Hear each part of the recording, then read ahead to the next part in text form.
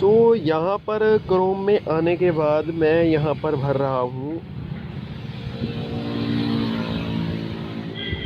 अब सारा प्रोसीजर वैसे ही फॉलो करना गाइस जैसे कि मैं आपको बता रहा हूँ।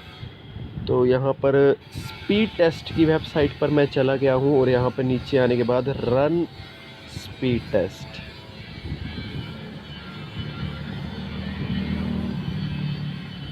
तो ये कुछ टाइम ले रहा है। तो यहाँ पर आप देख सकते हैं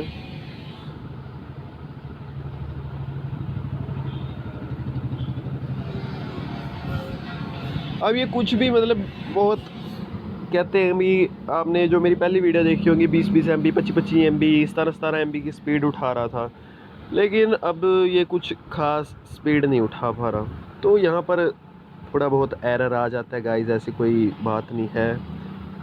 तो अब इसे पूरा मतलब क्या, अब चलो रुक ही जाते हैं गाइस।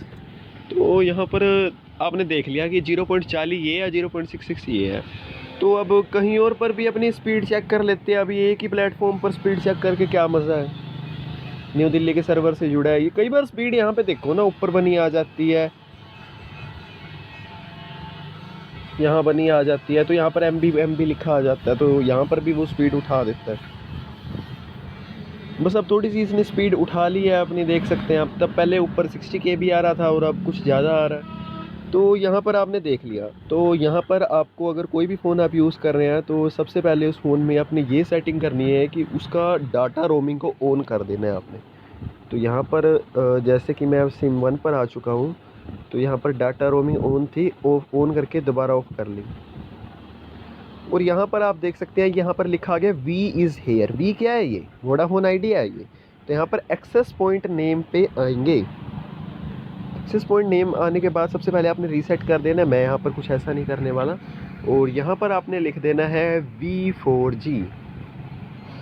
याद रहे कि V का V इसमें बड़ा होना चाहिए। और यहाँ पे APN V इंटरनेट यहाँ पर स्मॉल लेटर्स में होना चाहिए। यहाँ पर प्रोटोकॉल में IP4 IP46 पर, इस पे भी IP4 IP46 पर।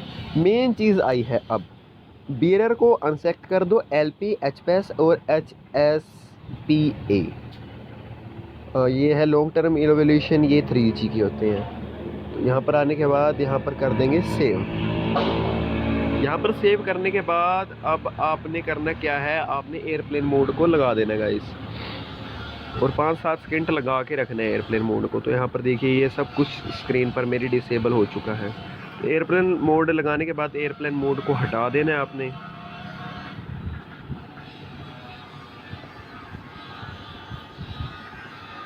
थोड़ी सी ब्राइटनेस मैं आपके लिए बढ़ा देता हूँ। तो यहाँ पर हम बैक आएंगे हम। तो ये तो सेटिंग कर दिया हमने।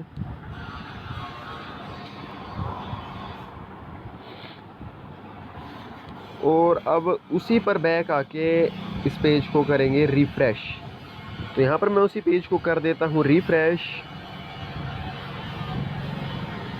तो गाइस यहाँ पर आप देख चुके हैं कि जो स्पीड हमें 850 कुछ मिल रही थी, वही अब हमें 12 MB कुछ मिल रही है,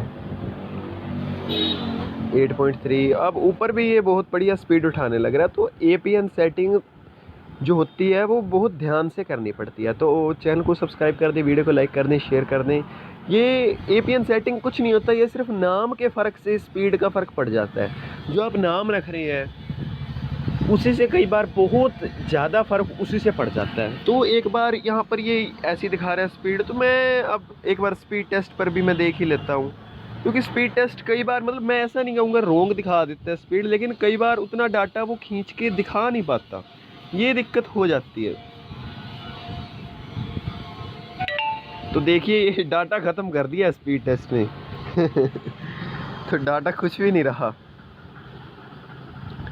तो ये कह रहा है कॉन्टैक्टिंग सर्वर मेगा